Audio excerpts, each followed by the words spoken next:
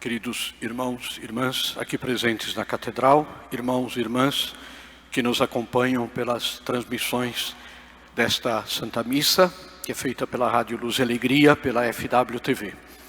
Hoje nós comemoramos uma solenidade na Igreja, o domingo da Ascensão do Senhor. 40 dias depois da Páscoa, a Igreja se reúne novamente em torno do Cristo para se despedir do Senhor na sua visibilidade, na presença visível de Cristo entre nós.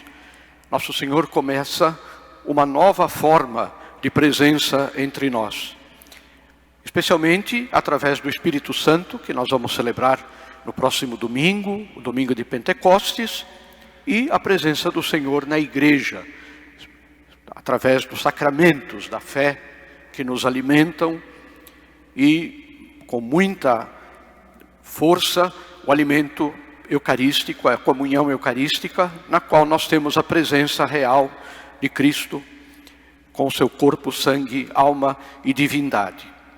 É uma nova maneira de estar entre nós. Jesus é criativo, tem não somente ideias, mas antes de tudo tem amor por nós. Por isso, cria formas de se tornar presente. Enquanto nós temos essa tendência de ficar olhando para o céu, buscando compreender as coisas que acontecem para poder fortalecer a nossa fé, Jesus é objetivo. Ele busca maneiras, formas de estar entre nós. Hoje é interessante o detalhe, a primeira leitura dos Atos dos Apóstolos é o início dos Atos dos Apóstolos, capítulo 1, versículo de 1 a 11. E o Evangelho de hoje é a conclusão do Evangelho de São Lucas, capítulo 24, 46 a 53. Ou seja, o Evangelho nos mostra o encerramento do tempo durante o qual Jesus esteve aqui conosco de forma visível. E a primeira leitura nos apresenta como Jesus hoje está presente na Igreja. Esta presença que é tão real, tão verdadeira como a sua presença física. Nos Atos dos Apóstolos nós escutamos a narrativa da ascensão do Senhor ao céu.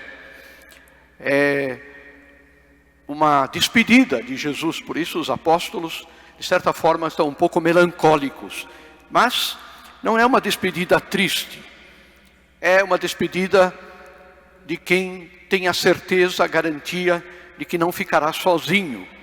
Esta é a certeza que nós, queridos irmãos, temos depois de tantos anos, depois de tantos séculos, como cristãos nos dias de hoje. O que é que nós sabemos da fé? Sabemos que Deus não nos deixa sozinho, que nós estamos sempre com Ele, porque Ele está sempre conosco. Mesmo quando nós às vezes desviamos do caminho, quando nós nos dirigimos por outras estradas, Deus nunca nos abandona, sempre estará conosco. E sempre vai buscar uma maneira, uma forma de nos trazer para perto de si, para o seu coração amoroso.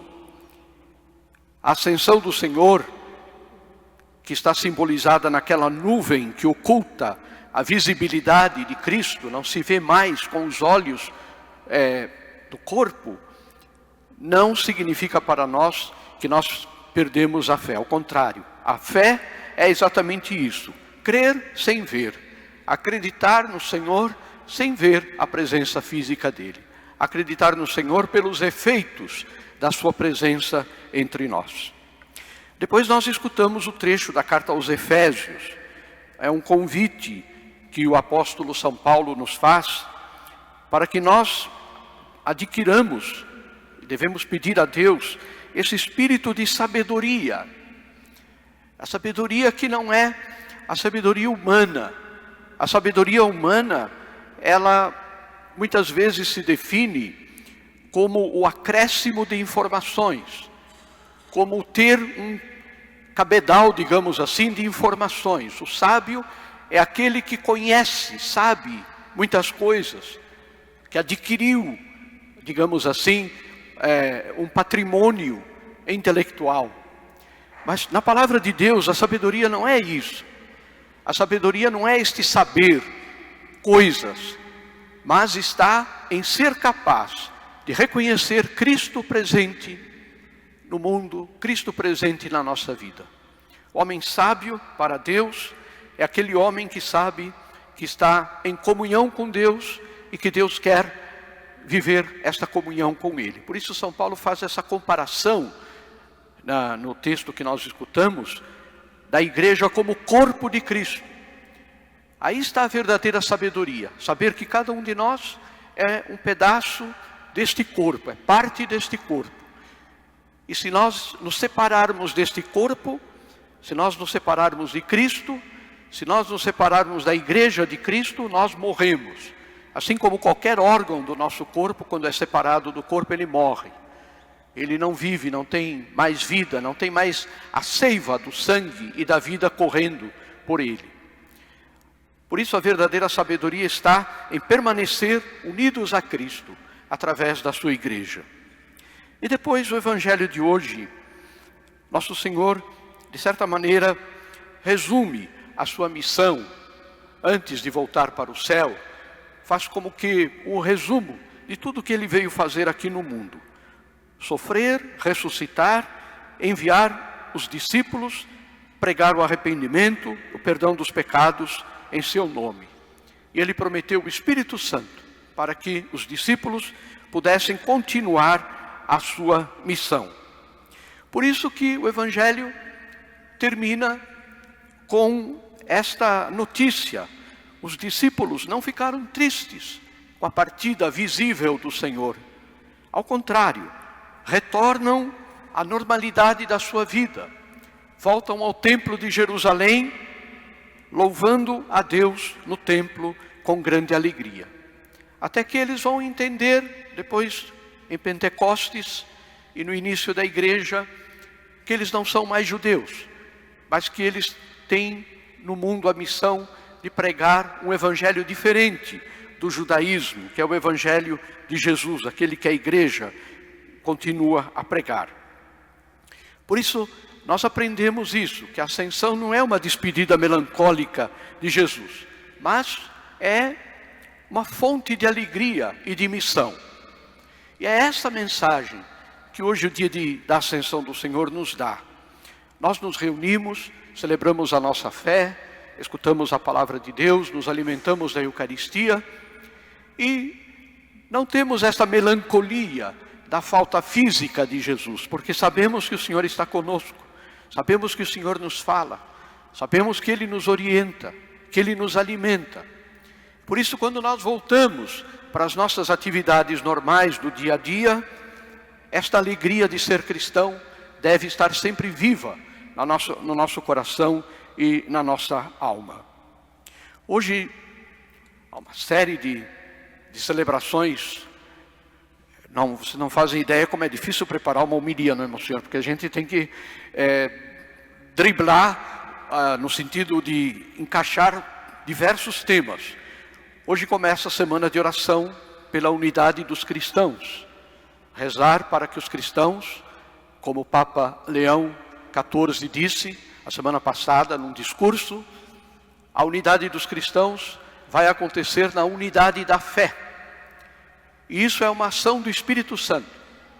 Os homens discutem as diferenças. Católicos creem nisso, os protestantes creem naquilo, os ortodoxos creem em outra coisa. Como é que nós vamos um dia nos unir e ser o único corpo de Cristo? Humanamente falando, não há esta possibilidade. Por isso nós devemos rezar ao Espírito Santo nesta semana, para que entre os cristãos exista essa unidade na fé, para que um dia nós cheguemos a esta unidade da fé. E hoje se celebra o dia 59º Dia Mundial das Comunicações Sociais. O tema: partilhai com mansidão a esperança que está nos vossos corações. É um convite a todos nós comunicar o Evangelho com autenticidade, humildade e respeito. A carta inspiradora do dia de hoje foi escrita pelo Papa Francisco, ainda quando estava vivo, naturalmente. Ele destacava que a comunicação cristã deve ser marcada pela mansidão, refletindo a esperança que brota da fé em Cristo ressuscitado. Ou seja, nós vivemos num mundo polarizado, um mundo de conflitos. E como cristãos somos chamados, especialmente nas chamadas redes sociais, a ser pontes, anunciando a boa nova com palavras e ações que promovam a paz e o diálogo. Esta é uma questão seríssima para nós que somos cristãos, que vemos as redes sociais serem dominadas pelo ódio, pelo rancor, pela mentira. Coisas que são publicadas, coisas que são apresentadas como certas e que as pessoas divulgam irresponsavelmente e que depois não percebem, não têm a capacidade de entender o mal que fazem aos outros. E nós, como cristãos, temos que ter uma coerência na nossa fé nestas realidades, de ser transmissores da verdade, e ser transmissores, antes de tudo, promover a paz, o diálogo entre as pessoas e não o ódio. O ódio é demoníaco, ele nasce do demônio que quer a separação e a divisão.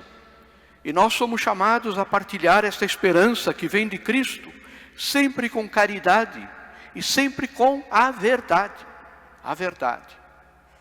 Hoje surgem notícias assim e todo mundo começa a repicar essas notícias, depois se vê que não é verdade, se vê que é uma interpretação errada, se vê que é uma notícia errada que foi passada, e aí ninguém mais conserta isso.